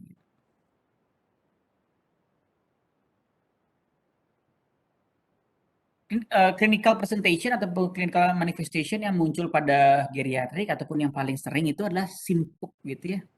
Sinkup. apa ya, kalau sinkup tuh kayak orang pingsan gitu ya, pingsan akibat kekurangan oksigen, hipoksia. Bisa jadi karena bangun tiba-tiba, dari duduk langsung bangun, dari jongkok langsung berdiri. Apalagi jongkok lama-lama tuh bisa blok sinkup tiba-tiba gitu ya. Atau bisa sinkup akibat infark miokard akut, ada serangan jantung sinkup. Intinya sinkup ini karena memang suplai oksigen tiba-tiba drop ke otak bisa mengakibatkan ketidaksadaran diri, itu namanya sinkup. Multiple chronic illness are common to treat to independence. Jadi memang harus ditreatment satu persatu problem-problem yang muncul pada pasien dengan geriatria, diabetesnya harus ditreatment, jantungnya masing-masing, sehingga dia akan berpotensi polifarmasi. Bukan berpotensi lagi ya, sudah pasti akan mengalami polifarmasi. Nah, ini biasanya penyakit yang sering muncul pada mereka dengan adult ya, cardiovascular disease, diabetes, depression, asthma, COPD, infection disease, osteoarthritis, gitu ya. Ini problem mediknya sama seperti yang sudah saya jelaskan tadi. Kemudian bagaimana sih sebenarnya goal daripada treatmentnya itu? Jadi sebenarnya hanya memaintain saja adik-adik ya. Maintain of independence and prevention of disability are the primary goal in the clinical care of the elderly. Jadi tidak untuk menyembuhkan penyakitnya secara 100% gitu ya. Tidak untuk membuat tubuh dia kembali menjadi muda gitu ya, sehingga dia akan minim penyakit, nggak seperti itu sebenarnya tujuannya. Tetapi kita ingin memaintenance atau mempertahankan kondisi sakitnya itu menjadi kondisi yang tidak berkembang, tidak progresif. Kalau hipertensi ya sudah, hipertensinya itu dipertahankan di stage 1, di stage 2 gitu ya. Dibuat dia memiliki low risk saja lah biar tidak progresif. Kalau misalkan dia memiliki gula, ya goalnya nggak mencapai A1C di bawah 6,5%, tapi di 7% itu sudah goal gitu ya. Jadi memang akan ada goal dari setiap treatment yang berbeda-beda, di mana capaian pun tidak strict ya. Jadi capaian itu adalah capaian minimal saja dengan tujuan agar pasien ini tidak mengalami kondisi yang disability. Agar dia tetap bisa jalan, tapi nggak lari gitu ya, tetap bisa jalan, tetap bisa misalkan rekreasi gitu ya, tetap bisa ketawa-ketawa, tetap bisa makan gitu ya, makan makanan yang nggak junk food juga sih, makan ya makan normal gitu aja, makanan sehat, tanpa harus memberatkan kondisi lingkungannya. Jadi kalau misalkan pasien ini sudah koma gitu ya, dirawat di rumah tapi tidak sadarkan diri, ya itu yang menjadi concern-nya, agar dia tidak koma, tidak disable, tidak bisa bergerak gitu loh, tidak bisa jalan gitu, ataupun dia mengalami siksaan hidup gitu. Biar nggak terjadi seperti itu ya. Tapi kan banyak juga ya geriatri yang sakit terus gitu ya, kayak misalkan rematik itu nggak hilang-hilang, pengapuran tuh loh, nyeri terus, ini nggak nyaman hidupnya gitu loh, nangis terus, gini sakit, itu sakit, jadi nggak pengen kemana-mana, di kamar aja gitu loh. Nah, kondisi seperti itu yang menjadi goalnya agar tidak terjadi disability gitu loh, melalui upaya-upaya seperti itu. Upaya-upaya yang bisa kita lakukan nanti akan kita bahas ya. Jadi drug related problem yang common adalah polifarmasi, potensi adverse drug effect ataupun adverse drug reaction, dan ketidakpatuhan daripada terapi obat daripada pasien. Sehingga sebenarnya untuk mentreatment daripada geriatri tidak hanya tanggung jawab daripada nakesnya, tetapi juga tanggung jawab dari social history of family-nya ya. Jadi support system daripada family juga dibutuhkan, sehingga konseling daripada apoteker untuk bisa memberikan gambaran terhadap penyakitnya, untuk bisa memberikan dukungan suportif di rumah, untuk bisa memaintenance kondisi kesehatan, itu sebenarnya keluarga pasien pun juga harus ikut di konseling gitu ya, menurut saya adik-adik ya. Tidak hanya pasien tetapi keluarga pasien pun juga harus diedukasi untuk menjalankan konseling pada pasien dengan elderly ini, special population ini. Risk factor overuse of drug, inappropriate prescribing, underuse of drug and medication non-adherence. Ini sering banget muncul sebagai risk factor untuk drug related problem. Cara mengatasinya gimana? Careful, harus berhati-hati, lebih teliti, tidak boleh ceroboh. Kemudian comprehensive drug regimen assessment. Jadi sebenarnya ada fungsi apoteker di sini untuk bisa melakukan comprehensive drug regimen assessment and review. Ini apoteker yang punya kerjaan ya. Salah satu yang sedang saya risetkan waktu ini adalah medication therapy management adik-adik, MTM gitu ya. Medication therapy management ini adalah salah satu cara kita untuk melakukan comprehensive drug review ya. Sebenarnya bagian dari disertasi saya dulu waktu S3 ya. Saya sempat sekolah S3 adik-adik, tapi saya putus sekolah ya. Saya putus sekolah gara-gara saya keterima PNS di UNUD, jadi harus dipending sekolahnya. Jadi dulu waktu saya sekolah di S3 di UGM itu, saya bukan mengembangkan sih, saya ingin membuat suatu model MTM yang benar-benar relevan untuk geriatri yang ada di populasi kita ya. MTM itu Medication Therapy Management. Ada 5 core ataupun ada 5 substansi utama yang sebenarnya bisa kita lakukan untuk melakukan comprehensive assessment ya. Salah satunya adalah review dalamnya ya, melakukan medication therapy review, kemudian macam-macam ada 5 pokoknya ya. Yang bisa dikembangkan sesuai dengan karakteristik geriatri yang kita punya gitu. MTM yang beredar sekarang itu kan MTM yang general ya, dalam tanda kutip bisa digunakan dengan sangat luas sekali. Tetapi implementasi praktisnya belum ada, sehingga kita harus betul-betul mengembangkan SOP yang benar-benar spesifik untuk karakteristik geriatri yang ada di Indonesia gitu ya. Contoh aja geriatri di Indonesia itu ngeyelan banget adik-adik ya. Mereka itu kayak tidak bisa menerima kondisi sakitnya dia itu, kemudian dia merasa lebih pintar, tahu dengan kondisinya. Nah, itu yang ngeyelan itu yang karakteristik di Indonesia ya, geriatri-geriatri itu ya.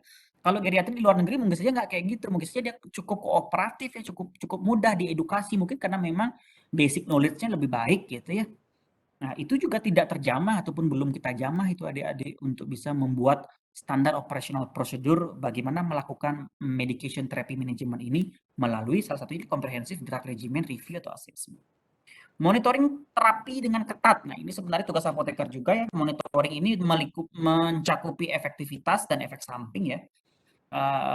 Tidak hanya efektivitas obat saja kita capai, cuman bagaimana potensi efek samping obatnya.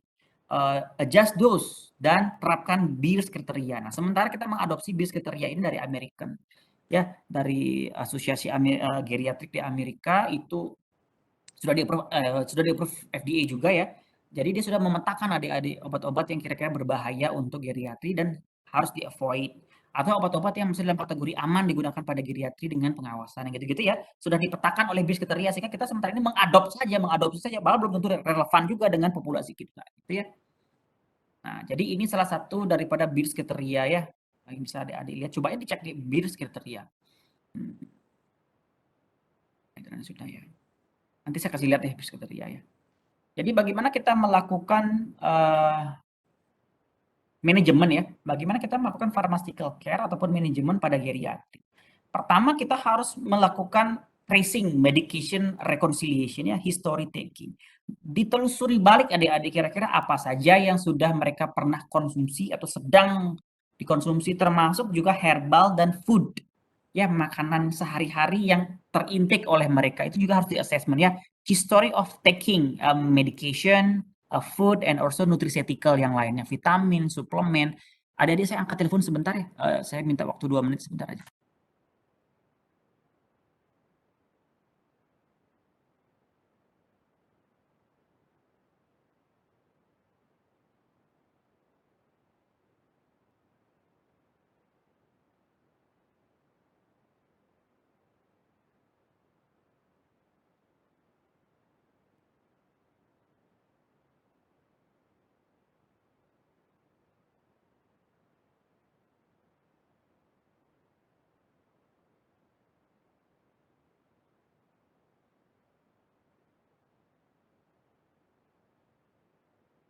Oke, kita lanjutkan ya. Nah, setelah kita mengumpulkan data-data melalui history taking, kita selanjutnya melakukan mengakses, menilai kira-kira ada nggak potensi drug related problem yang meliputi dosisnya, ada obat yang salah, apakah perlu terapi tambahan, apakah ada potensi interaksi obat di dalamnya, apakah ada potensi efek samping yang membahayakan atau adverse drug reaction, apakah pasien patuh atau tidak dengan terapinya gitu loh. Apakah memang pasien ini membutuhkan additional support system ya, seperti apakah dia perlu konsul dengan rehab medis kah, perlu di fisioterapi, yang gitu-gitu juga salah satu advice yang bisa kita lakukan ya, untuk setelah melihat history taking daripada pasien. Monitoring ngomongin melihat sejauh mana efektivitas obat dan sejauh mana potensi efek samping yang mungkin dikerjakan ya, diawasi. Documenting the problem and formulating care plan. Nah, ini seperti SWOT ya, subjective, objective, assessment plan. Setelah kita mengassessment, kita memplanningkan. Nah, jadi step 1 dia harus melakukan ini, 2 ini, 3 ini, itu diformulasikan ya. Itu meliputi terapi farmakologi dan non farmakologi jelas. Dan semuanya harus terekam sebagai medication record daripada pasien ini. Kemudian consulting the physician regarding problem and solution ya. Jadi apoteker pun juga tidak bisa bekerja sendiri tetapi juga harus berkolaborasi dengan timnya ya. Komunikasikan dengan physician ini dokter terkait dengan problem-problem yang dijumpai, kemudian dokter akan memberikan approval apakah kita akan melakukan penggantian obat atau kita melakukan switch obatnya, apakah kita melakukan stop obatnya. Nah, itu nanti akan dikomunikasikan dengan physician ataupun dengan dokter. Tapi so far adik-adik bad news-nya adalah apoteker yang saat ini kapasitasnya tidak sampai sejauh ini ya, agar tidak terlalu over ekspektasi. Cuman saya harap sih semakin ke depannya profesi apoteker bisa semakin dipertimbangkan ya, karena proses kita melakukan care plan dan implementasi care plan itu tetap dengan approval dokter ya. Jadi tidak bisa kita bekerja sendiri ataupun mandiri ya, harus semuanya dikonsultasikan dengan dokter karena dokter adalah pemegang keputusan utama terkait dengan seperti apa jalur daripada clinical pathway pasien ini akan diobati. Itu semua ada di tangan dokter untuk saat ini. Jadi apoteker memang masih abu-abu ya, FAMCLIN itu sekarang masih abu-abu perannya khususnya di Bali. Kalau dibilang ini kita nggak punya power cukup kuat untuk bisa langsung mengambil alih asesmen, nggak bisa. Paling asesmen ini untuk konsumsi pribadi dan konsumsi dengan dokter. Tidak untuk langsung diimplementasikan kepada pasien gitu. Itu ya, so far biar tidak terlalu over expectation juga kalian nanti ya, cuman kan mengarah ke situ ya, jadi SDM-nya itu dibentuk agar kita memiliki keterampilan seperti itu ke depannya, sehingga nanti akan ada apoteker spesialis ya. Jadi adik-adik, saya nggak tahu juga ya IAI itu sudah menggodok, nggak tahu sampai sampai mana sekarang prosesnya, tetapi ada rencana untuk membuat apoteker spesialis klinik dan industrial, sehingga kalian nggak akan belajar terlalu banyak dunia kefarmasian yang seabrek itu gitu loh. Ya, jadi kalau memang fokus ingin concern untuk melayani pasien, berarti apoteker klinis yang akan kalian ambil. Tapi kalau kalian lebih concern kepada seorang apoteker scientific yang akan melakukan drug design, drug formulation, create the drug gitu ya, lebih riset dalam terkait bagaimana kita membuat obat. Nah, itu nanti akan ke apoteker industrial. Ada 2 spesialis apoteker nanti ke depannya dia. Dan dengan masa studi 2 tahun nanti gitu. Maka mantep banget nanti apoteker itu untuk bisa sepadan dengan dokter ya. Jadi benar-benar pengetahuan kliniknya sepadan lah dengan dokter. Kalau sekarang kan masih setengah-setengah ya. Jadi kemampuan klinisnya setengah-setengah karena separuh lagi ilmu kita tuh ada di scientific, ada di drug formulation, drug design, drug discovery gitu ya. Konseling satu lagi. Konseling adalah salah satu hal yang menjadi tugas seorang apoteker sebagai upaya dalam melakukan pelayanan informasi obat atau PIO. Nah, history taking ini sudah biasa ya, waktu konseling ya, sudah sering banget juga kan ikutin PCA ya. History taking tanyakan history obat-obat kroniknya, apa namanya itu, OTC-nya gitu-gitu ya. Assessment seperti yang sudah saya jelaskan tadi ya, assessment seperti apa, assessment efektivitas monitoring itu apa gitu ya, ini sudah saya jelaskan juga nih. Nah, bis kriteria ini nanti akan ada di ini adik-adik ya, akan ada di update setiap tahun. Nanti saya kasih yang terbaru ya 2021. Contohnya ini tadi. High potential for severe adverse drug event ini obat-obatnya sebenarnya di avoid untuk geriatri berdasarkan BIS kriteria ya. Amitriptyline, you should be avoid this medication ya. Chlorpramide, digoxin, dispiramide, GI antispasmodik, kayak ini ya, metildopa, ini semua harus di avoid. High potential and less severe ini masih di approve. Antihistamin masih boleh. Dengan dosis-dosis sekian nanti cari ya. BIS kriteria 2021 itu udah open banget kok. Nanti kalian bisa cari BIS kriteria tersebut sudah komplit. Obat-obat itu bisa di search. Jadi untuk sementara ini kita adopsi di BIS kriteria dulu. Kalau ada resep dari dokter, balik ke BIS kriteria untuk ngecek kira-kira ada nggak obat-obat dalam daftar BIS kriteria yang benar-benar harus di avoid, diresepkan sama dokter. Kalau iya, komunikasikan dengan dokter untuk melakukan alternatif, pencarian alternatif. Seringkali gini adik-adik, apoteker kita itu cenderung lebih cepat menemukan problem, tetapi belum siap dengan how to offer the solutions gitu loh. Jadi menawarkan solusi dari permasalahan yang dijumpai itu cenderung lebih lambat, nggak balance gitu ya.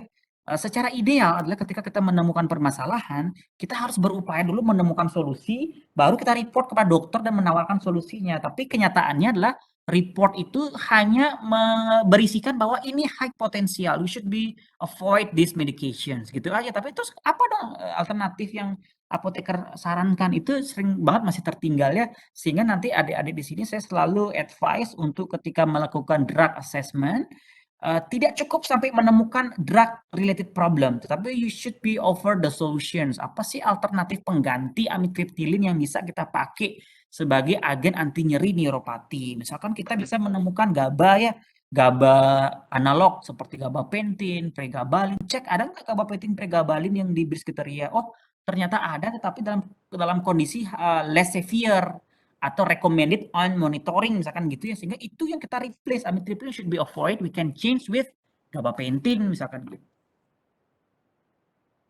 Ya, consulting with the patient dengan dokter ya, komunikasikan ketemuan DRP dan solusi. Ini udah saya notes lagi di sini ya. Komunikasikan DRP yang ditemukan dan siapkan solusi yang Anda sarankan. Jangan sampai mengkomunikasikan DRP-nya saja tanpa Anda menemukan solusinya gitu ya. Diskusikan di bangsal saat VCT boleh ya. Jadi VCT bersama itu penting bagi saya itu ya. Jadi kalau di Surabaya ya di Sutomo, di RSAL tuh udah melakukan itu dari zaman jebot loh. Mereka tuh tim VCT, ada perawat, ada dokter, ada apoteker ikut bedside, datang ke bangsal jenguin pasiennya, mengevaluasi sama-sama. Ya, karena RSAL dan Sutomo itu rumah sakit pendidikan, yang diajak VCT itu nggak cuma profesional, tetapi mahasiswa.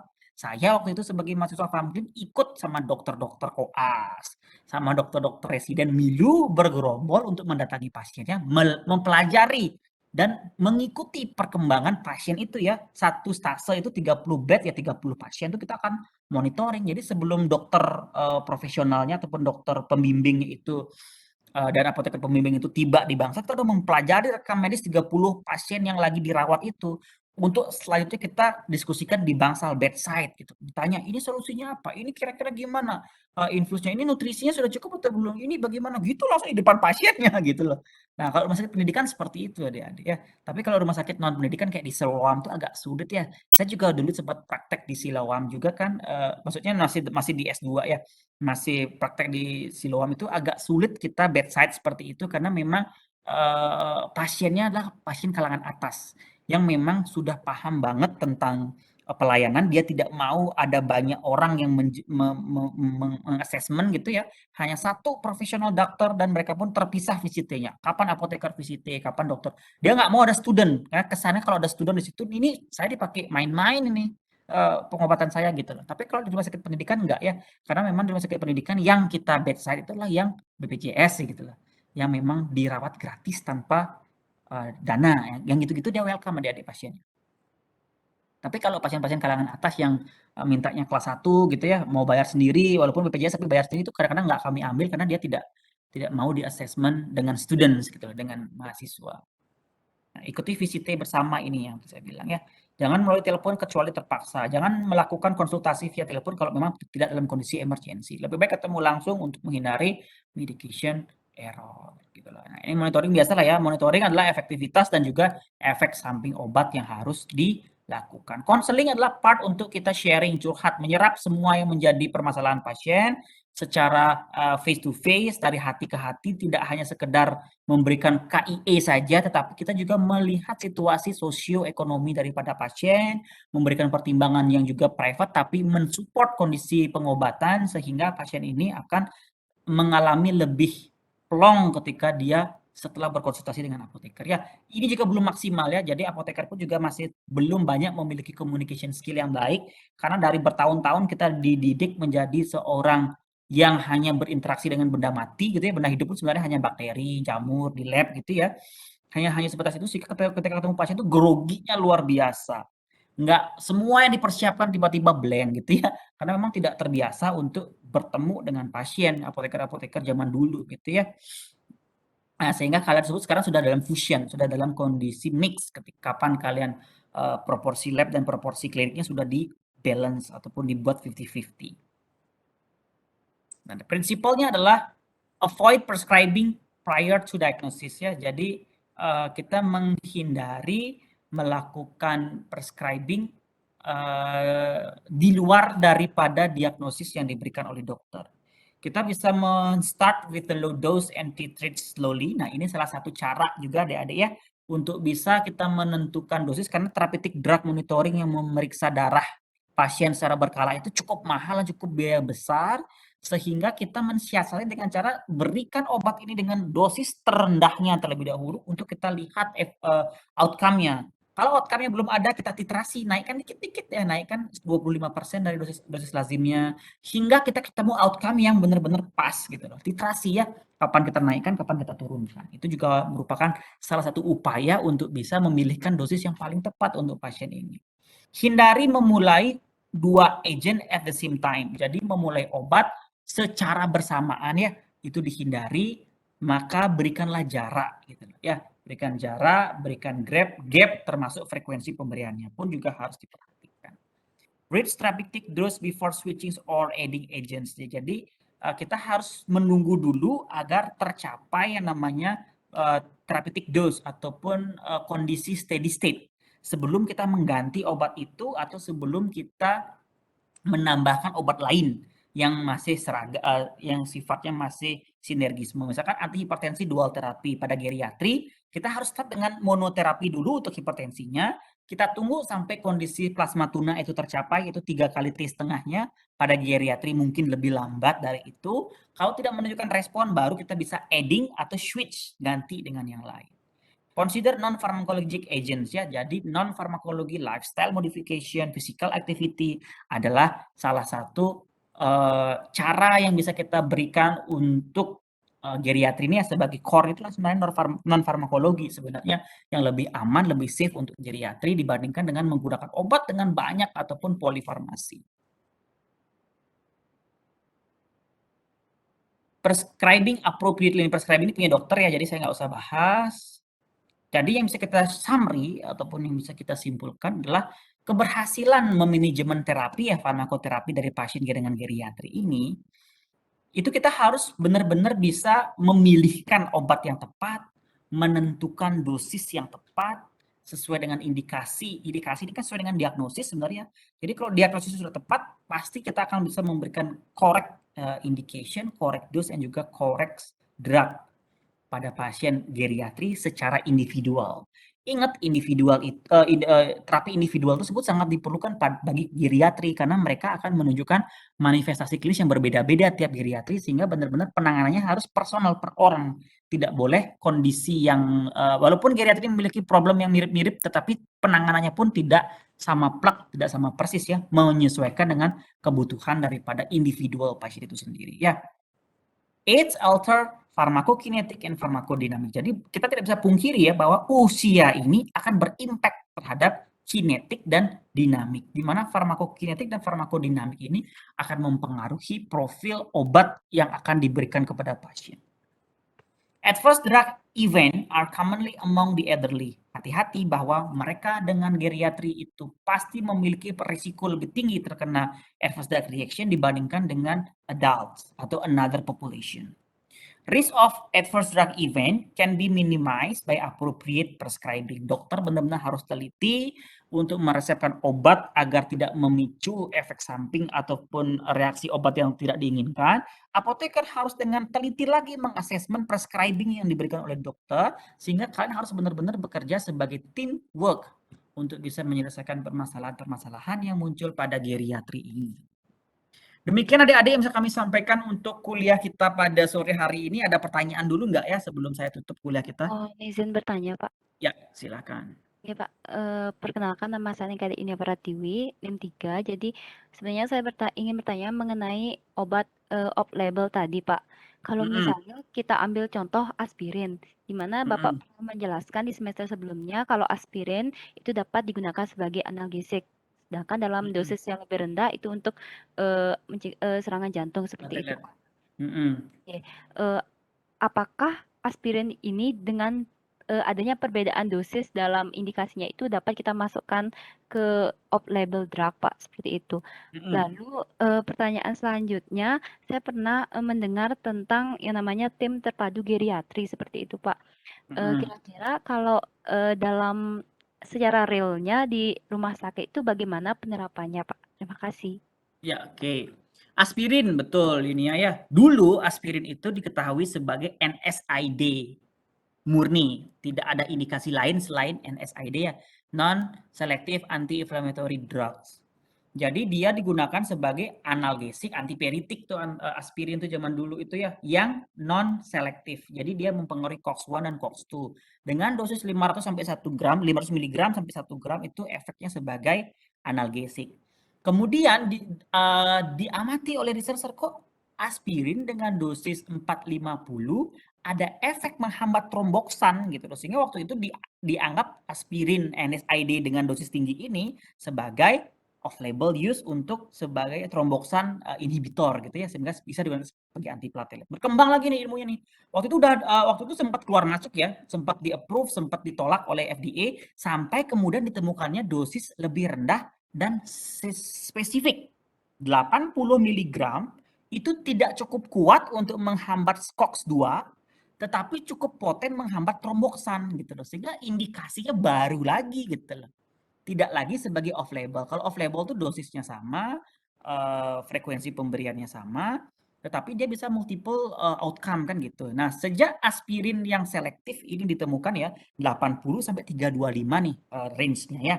80 mg untuk internal, 325 untuk kondisi serangan akut. Itu hanya spesifik untuk menghambat tromboksan tanpa mempengaruhi banyak di COX-2 gitu loh.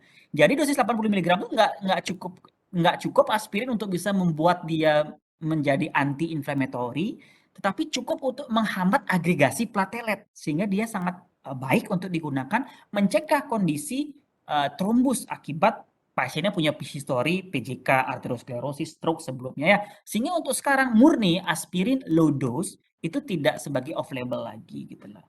Ya, approval-nya sudah tidak off label lagi tetapi memang sudah sesuai dengan indication antiplatelet.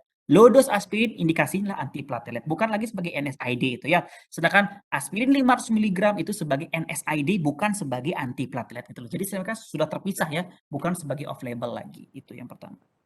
Nah, kemudian untuk tim terpadu geriatri, implementasinya sudah ada di mana-mana sebenarnya. Di level puskesmas pun sebenarnya sudah ada, tetapi memang belum dibuat sebagai subspesialis khusus. Memang ada protokol untuk memanajemen pasien geriatri ya, mulai dari bagaimana kita melakukan assessment-nya, kapan dia harus di-refer. Jadi geriatri ini kalau misalkan dia demam gitu ya, nggak ngikutin clinical pathway yang sama seperti orang normal ya, dia akan lebih cepat dirujuk oleh puskesmas dibandingkan dengan populasi adult. Kalau adult masih demam, dia akan dikasih paracetamol dulu 2-3 hari disuruh balik lagi untuk assessment. Kalau enggak sembuh baru di-refer ke rumah sakit. Tapi kalau geriatri enggak ya, perlakuannya khusus. Nah, yang saya tahu implementasi yang sudah paling cukup mumpuni itu ada di Sanglah ya.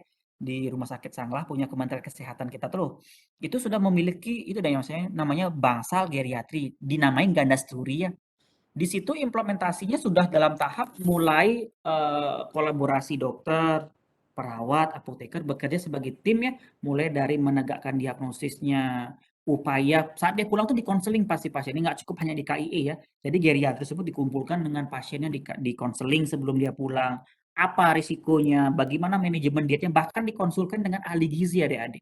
Jadi sebenarnya geriatri tersebut tidak butuh karbohidrat banyak, tetapi dia akan butuh lebih banyak serat dan trace elemen sehingga nanti akan dibuatkan tabel menu-menu ini kalau mau divariasiin boleh.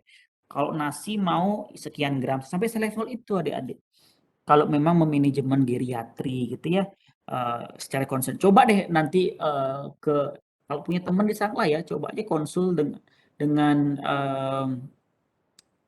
apoteker-apoteker yang berpraktek di Gandasturi itu ya Pak Gus Maha sih, nanti saya coba ajak diskusi deh ya. Nanti di perkuliahan akhir kalau memungkinkan saya coba invite beliau untuk bisa ikut join ya kalau beliau nggak sibuk ya. Kita coba akan diskusikan lagi secara teknis geriatri itu sudah sejauh mana, kemudian reportnya apakah tingkat keberhasilannya tinggi atau rendah. Nah, setahu saya seterakhir saya ngecek itu memang it's work. Dalam tanda kutip geriatri itu dengan dengan dibuatkannya khusus pelayanan geriatri itu menurunkan angka mortalitas, meningkatkan kualitas hidup pasien gitu loh. Sehingga geriatri ini diwajibkan untuk ada di setiap rumah sakit nanti ke depannya ya, apalagi rumah sakit pendidikan.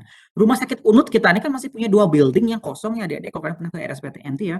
Ada di sayap kanan kiri itu masih kosong, satu mau dipakai untuk ini geriatrik, satu mau dipakai kerja sama Jepang apa ya, saya lupa ya. Untuk apa ya, autoimun atau apa gitu saya lupa. Pokoknya dapat satu building untuk mengeksekusi geriatri gitu. Nah, ini kalau nunggu kalian sampai apoteker sih sepertinya udah jadi tuh. Ininya tuh kerjasamanya tuh ya. Soalnya MOU-nya sudah ada, gedung sudah ada, tinggal diimplementasikan aja, tinggal pengadaan aja sebenarnya ya, apa saja alat-alat yang dibutuhkan dalam tahap lagi direncanakan ya. Jadi nggak dalam waktu dekat ini kayaknya udah akan terrealisasikan. Kita akan lebih banyak belajar di situ ya. SOP dan protokol mereka secara detail akan kita coba pelajari ya. Kalau misalkan saya dapat akses untuk mendapatkan SOP-nya, ini kan mesti digodok ya, mesti dalam level digodok. Jadi kita akan pelajari, kita akan coba lihat seperti apa update-update terbaru terkait dengan bagaimana penanganannya. Kalau secara theoretical, dasar basic konsepnya seperti yang kita pelajari tadi. Ya, jadi kita concern pada monitoring, evaluasi pemilihan dosis, titrasi, memperhatikan PKPD-nya gitu loh. Tetapi dengan detail, nah itu setiap rumah sakit akan mengeksekusinya dengan berbeda ya. Clinical pathway itu akan didiskusikan dengan tenaga kesehatan di situ ya, apalagi dengan pejabat-pejabatnya. Clinical pathway ini yang nanti akan kita coba buka. Clinical pathway itu sampai level obatnya, lini pertama ini, yang lini kedua ini. Nah, itu sudah dalam kajian evidence based medicine nanti. Ya, sudah ada formularium nasional, akan lebih mudah adik-adik ya. Nggak dari nol kok mereka kerja, sepertinya cepat nanti ini. Nanti saya akan coba cari akses agar kita bisa pelajari lebih dalam seperti apa clinical pathway untuk bisa memanajemen geriatri dengan penyakit yang kompleks itu sendiri ya. Umumnya yang infeksi akan dipisahkan dengan yang metabolik degeneratif ya, diabetes, hipertensi, osteoartritis, ginjal gitu ya. Kalau asma, COPD non infeksi bisa di metabolic syndrome, tapi kalau yang infection disease ya, pneumonia, UTI itu dipisahkan. Karena mereka akan rentan sekali terkena nosokomia, sehingga ruangannya pun akan dibuat lebih berbeda ya. Mungkin nanti ada spesifikasi ruangan yang harus ada diketahui ya. Jadi kalau misalkan ada geriatri yang terkena infeksi menular, itu akan dibuat ruangan itu bertekanan negatif sehingga kuman-kumannya akan terisolir di ruangan itu sendiri, sehingga ketika pengobatan tuntas baru disinfeksi ya. Tapi pada pasien yang non infeksi, dia harus positif tekanan udaranya sehingga dia akan mendapatkan fresh air terus ke dalam ruangan, dipompakan masuk udara itu ke dalam ruangan fresh terus gitu ya. Nah, itu yang membedakan ruangan perawatan dan lain sebagainya, detailnya nanti kita pelajari setelah clinical pathway daripada RS UNUD itu jadi ya. Ada satu nih, rektor itu sudah berjanji bahwa mengimplementasikan 2 gedung itu ya, yang saya tahu satunya dipakai untuk geriatri.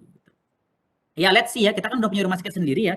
Jadi adik-adik nanti akan bisa belajar di situ, kemudian bisa sharing di situ, atau mau berobat di situ juga boleh kan gitu ya. Tenaga kesehatan juga proper dari kalangan akademisi semua gitu.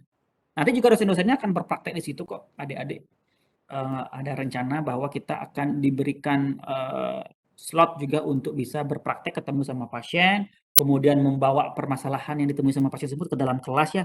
Bisa ngajak student juga ya, beberapa student juga akan diajak terlibat untuk bisa mengeksekusi misalkan rekam medis, belajar mengasesmen, belajar untuk visit gitu ya. Itu cita-cita daripada RS UNUD untuk bisa melibatkan student dan juga dosennya untuk bisa memberikan pelayanan ya. Doakan saja sih semoga cepat berkembang ya, semoga pasiennya rame, semoga memang rumah sakit UNUD juga bisa berkembang sehingga proses belajar pun juga akan lebih maksimal. Gitu adik-adik yang bisa saya sampaikan. Masihkah ada yang mau ditanyakan?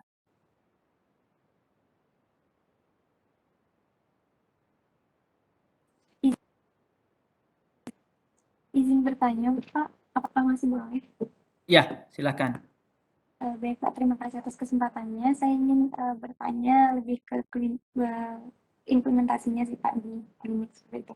Kalau misalnya ada pasien geriatri itu ke misalnya puskesmas, nah, kemudian di puskesmas dia tuh demam gitu, Pak. Akhirnya si orang-orang di puskesmas ini juga udah tahu, oh biasanya kalau geriatri itu obatnya obat A gitu. Jadi tapi orang-orang di puskesmas jadi takut ngasih obat A ini ke si pasien karena pasien itu kayak sengal-sengal atau ada ciri-ciri lain gitu yang mungkin menandakan suatu penyakit gitu Pak. Nah akhirnya dirujuklah ke rumah sakit karena adanya keraguan itu untuk memberikan si obat yang umum ini.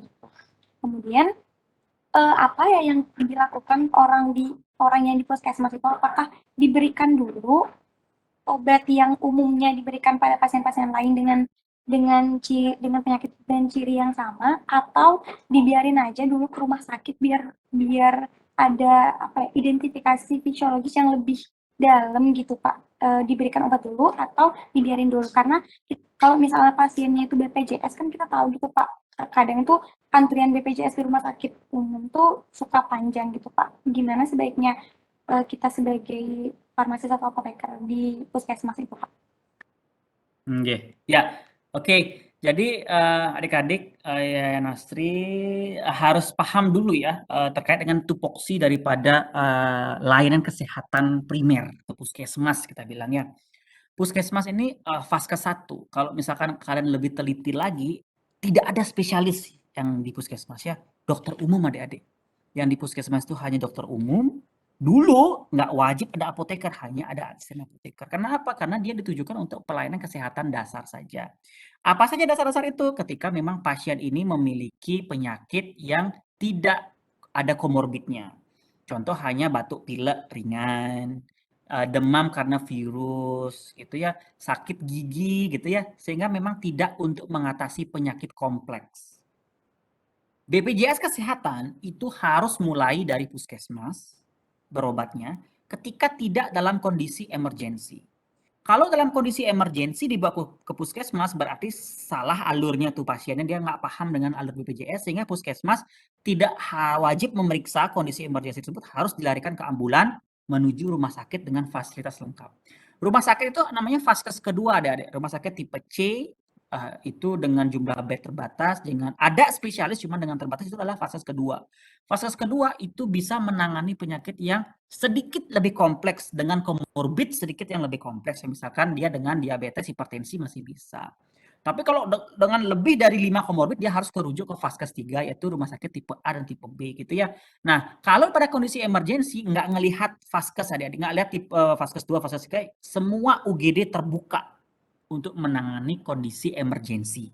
Ya, puskesmas pun kalau didatengin sama orang yang butuh emergensi ya, nafas tersengal-sengal itu kan termasuk salah satu kondisi emergensi ya, karena potensi gagal nafas tinggi. Seharusnya puskesmas bergegas ngambil ambulannya, dia akan bawa ke UGD terdekat. Nggak peduli dia mau BPJS di domisili mana, selama dia pegang kartu JKN itu dia akan bisa ditangani secara intensif di UGD. Oke? Nah, ketika memang di asesmen sudah adanya komorbid demam dengan pneumonia, itu bukan ranah daripada puskesmas lagi. Karena puskesmas pun juga obat-obatnya terbatas dan semua generik ya.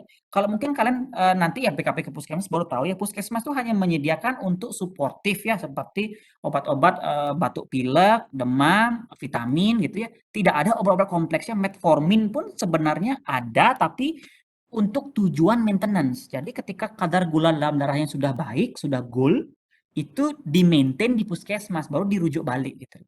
Ya, sehingga ketika di UGD sudah selamat nih ya, misalkan ya dibawa ke UGD dulu, seharusnya di puskesmas itu nggak menangani pasien sesak-sesak itu enggak ya. Sesak, nyeri dada kayak orang mau jantungan, stroke itu nggak dibawa ke puskesmas. Mereka harus wajib lari ke UGD untuk mendapatkan pertolongan. Nah, kalau memang pertolongan itu dia selamat nih, dan harus mendapatkan pertolongan untuk lanjutan dirawat inap di Bangsal, itu harus dirujuk oleh puskesmas tempat domisilinya ya. Jadi puskesmas itu akan membuat rujukan untuk segera ditangani di vaskes kedua atau vaskes ketiga langsung, tergantung daripada derajat sakitnya gitu loh. Kalau dokter umum, umumnya bisa dia menentukan kapan dia bisa mengatasinya secara personal menggunakan kemampuan dia, kapan dia harus merujuk. Ya, secara SOP dokter umum tidak berhak mendiagnosis penyakit kompleks adik-adik sebenarnya. Sehingga sebenarnya dokter umum itu hanya untuk screening awal. Demam, batuk pilek gitu-gitu aja, alergi gitu-gitu ya. Tidak untuk mengatasi penyakit kompleks dokter umum itu. Dia harus ditangani oleh spesialis sehingga puskesmas tidak berkewajiban untuk merawat orang dengan multiple disease. Jadi intinya adalah harus ditangani di Vaskes 2 dengan rujukan di Vaskes 1. Nah, jadi pengalaman saya karena penyakit diabetes ini progresif ya, artinya dia berkembang terus, gulanya yoyo, naik turun, jadinya mereka akan kontrol di rumah sakit terus nih. Sangat sedikit yang kontrolnya balik ke puskesmas, sangat sedikit gitu ya. Ataupun ada, pasti hanya dalam waktu singkat aja. Kalau dicek tinggi lagi, dirujuk lagi ke rumah sakit gitu sih umumnya. Ya, ortopedi yang menggunakan spesialis ada dia. Kalau misalkan ada paru COPD, COVID yang gitu-gitu ya, ada penyakit gastrointestinal, diare ringan dengan tingkat dehidrasi yang ringan itu di puskesmas masih bisa. Tapi kalau diare hebat dengan dehidrasi, puskesmas nggak berhak untuk menangani, dia harus rujuk segera ke UGD. Nggak harus rujuk segera sih, harus dibawa lari ke UGD dulu di rumah sakit untuk mendapatkan pertolongan pertama. Ketika membutuhkan perawatan tambahan baru akan mengambil rujukan di puskesmas yang dituju. Gitu loh bayangannya ya.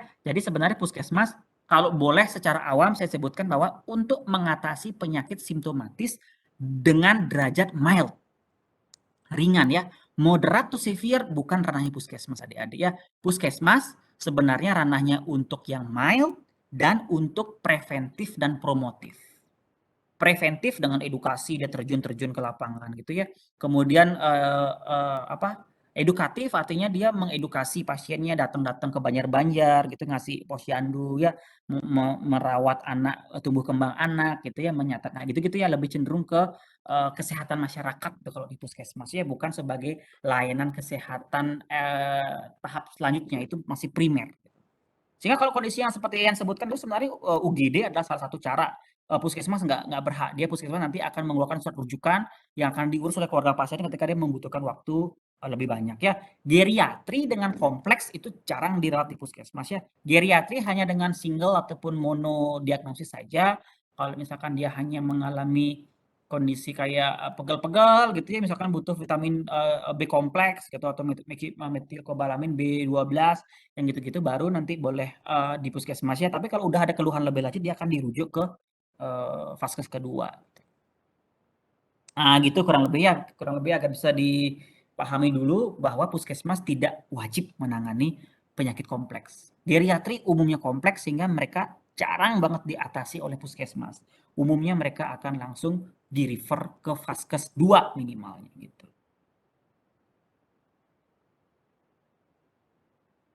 Nah, ini potensi-potensi yang terjadi ya kayak ini ya yang sudah dibilang sama Yayan tuh bahwa ketika memang dikasih obat dulu potensi medication error tinggi karena memang tidak sesuai dengan tupoksinya.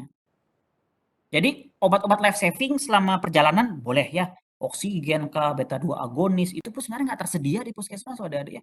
Beta 2 agonis itu nggak ada, paling oksigen, kemudian jarang ada obat-obat life saving di puskesmas. Jadi memang satu-satunya cara adalah ke UGD. Ya, sudah disosialisasikan ke umumnya, jadi ketika ada penyakit yang gawat darurat bukan puskesmas tujuannya tapi UGD. Bawa kartu BPJS akan gratis di seluruh Indonesia ketika kondisi darurat, gitu ya.